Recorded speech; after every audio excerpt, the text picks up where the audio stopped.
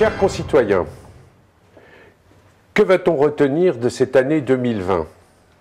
2020 aura été marquée par le Covid, bien sûr, mais aussi par le Brexit, une nouvelle sécheresse, de nouveaux dérèglements climatiques, beaucoup d'angoisse donc, de frustration, de solitude, des repères, de disparition de proches et d'amis. Au 30 décembre, dans le département, nous en étions à 120 décès imputables au Covid. Pour 365 hospitalisations. 50 décès intervenus l'année dernière sont dus au Covid. Ce qui n'est pas rien. Touché par la disparition d'un proche, que ce soit à cause Covid ou pas.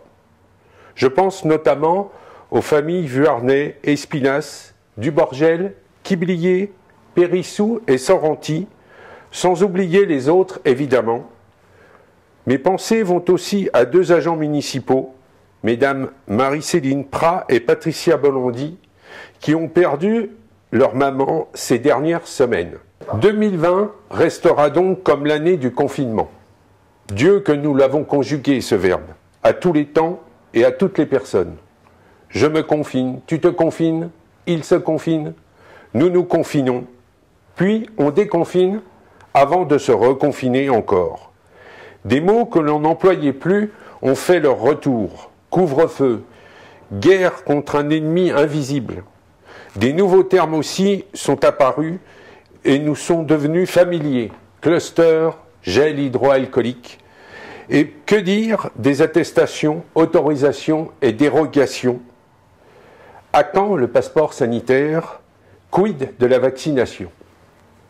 Notre pays a eu bien du mal à fonctionner et à réagir pendant ces temps troublés. Notre gouvernement et notre administration ont-ils été à la hauteur? La bureaucratie à la française n'a-t-elle pas nui à une prévention et à une réaction au virus plus efficace? Une élection électorale transformée en année de crise. Au niveau communal, les élections du 15 mars ont également été marquées par le Covid.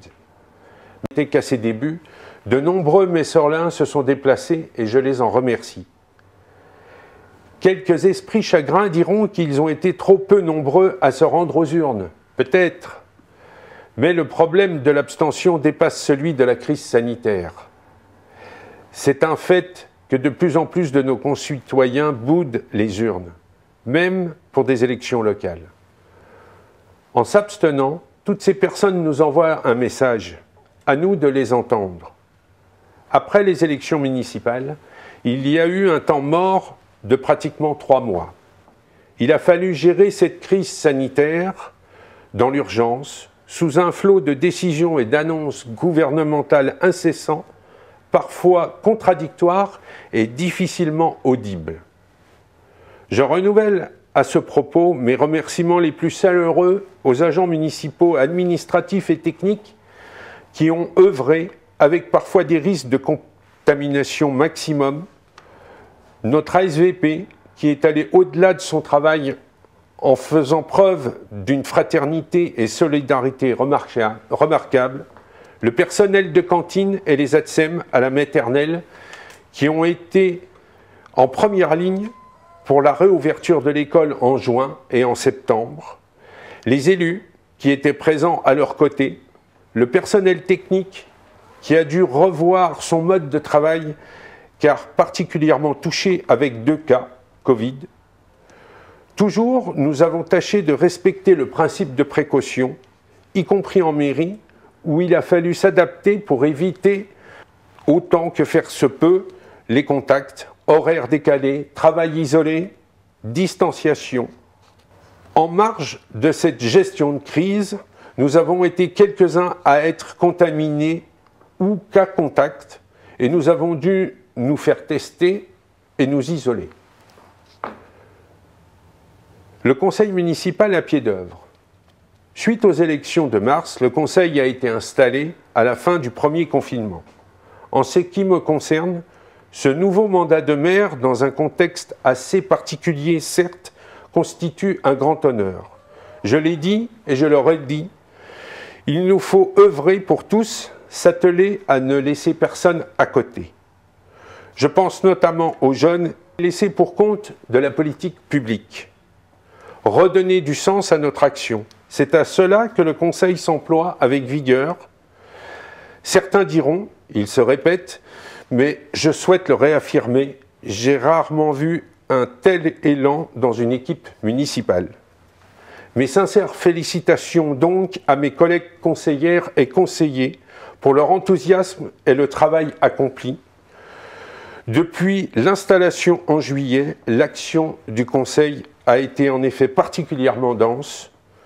Travaux d'éclairage public rue du Lac et chemin de Sergieux, parcours PMR au CEMIS, couverture des cours de tennis, diagnostic d'éclairage public et accès aux personnes à mobilité réduite, passation de marchés publics pour la future crèche, préparation de travaux pour le PEM-TRAC, sans oublier non plus l'installation de plusieurs horloges astronomiques pour l'éclairage public dans certains secteurs dans un but d'économie d'énergie et de limitation de pollution visuelle. La dématérialisation des envois des arrêtés et délibérations en préfecture, la mise en place d'un nouveau système d'inscription sur les listes électorales, d'un nouveau logiciel pour l'urbanisme ou encore l'approvisionnement en énergie 100% verte auprès de la coopérative Enercop.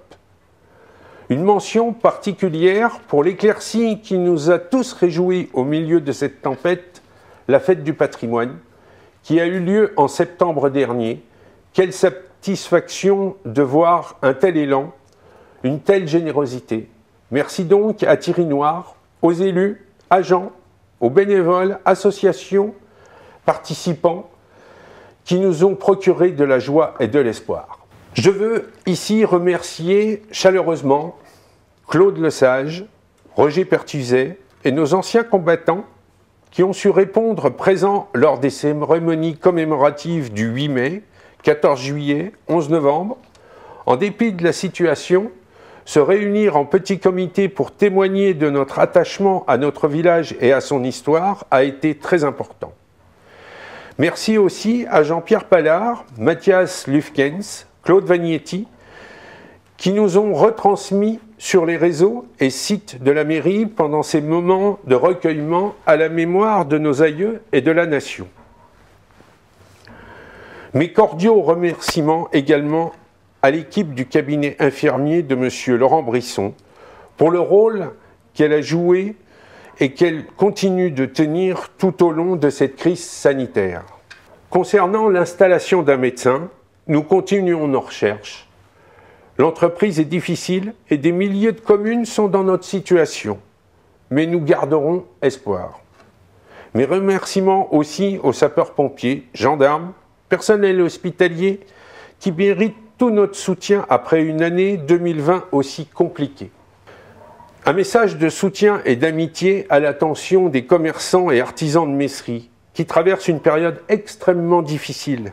Je sais combien il est frustrant de devoir baisser le rideau et d'attendre les jours meilleurs. Les maires et l'exécutif de l'agglomération ont tâché d'intervenir notamment par un allègement de la contribution foncière des entreprises. Une pensée aussi pour les associations qui ont dû se mettre en veille et qui, je l'espère, pourront reprendre une activité durant cette nouvelle année. Un grand merci et une grande gratitude enfin pour la fraternité et la générosité dont ont fait preuve les familles Alganim, Altani et Yamani envers Messery. Nous devions, à l'automne, saluer la mémoire de Bernard Espinasse, ancien maire de Messery, et du sculpteur belge Jean-François Lecomte pour leur action et surtout pour le rôle qu'ils ont joué pour faire connaître l'art auprès de nous tous. Ceci se fera en période plus clémente. Mes amitiés à Patrice Espinasse, maire de Juré dans la Loire. Et notre communauté d'agglomération dans tout ça. Pour Thonon Agglomération, l'installation s'est faite à partir d'une réunion préalable des maires où nous avons arrêté une feuille de route concernant l'avenir de notre territoire chablaisien. Feuille de route que nous voulons et avons tous axés sur le besoin et les attentes concrètes de ses habitants.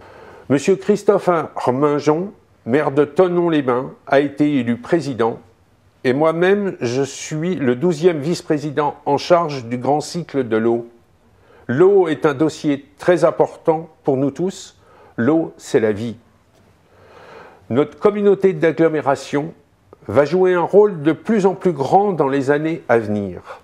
De nombreux sujets intéressant directement notre quotidien relèvent désormais de Thonon Agglo. Mobilité, aménagement du territoire, développement économique, tourisme, social, l'eau, l'assainissement, le tri et les ordures ménagères, le développement durable, les espaces naturels. Nous devons l'accepter et accompagner cette montée en puissance. Pour que notre intercommunalité devienne un véritable plus pour le territoire et sa population, il est indispensable qu'elle soit reconnue par ces derniers.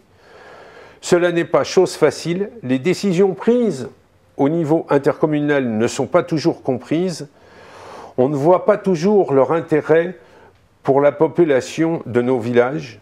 À nous, élus de terrain, d'être les ambassadeurs de cette intercommunalité en marche afin qu'elle devienne l'affaire de tous. Localement, la situation s'améliore lentement, mais il nous faudra encore être patients, sans mauvais jeu de mots. Indépendamment de la crise du Covid, 2021 sera placé, comme tout notre mandat, sous le signe du développement durable. Pour nous, il ne s'agit pas d'une mode ou d'un slogan politique, cela relève d'une simple volonté de montrer l'exemple par des actions concrètes en faveur du climat, des économies d'énergie, de l'eau. C'est ce que nous avons fait en fin d'année en signant un partenariat avec un fournisseur d'électricité garanti 100% naturel.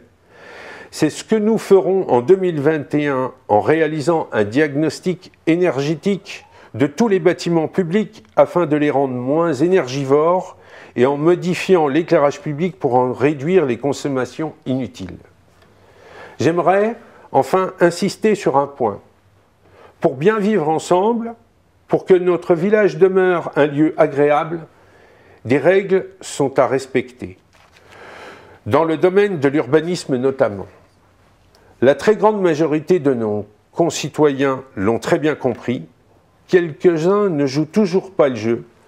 Sachez qu'envers ces quelques récalcitrants, la commune ne lâchera rien. Pour terminer, je vous souhaite à toutes et à tous une bonne année 2021, la santé, du courage et de l'énergie, une dose de fraternité par ces temps brouillés, que vous puissiez vous épanouir dans un monde serein, de la réussite pour l'agglomération et notre belle commune.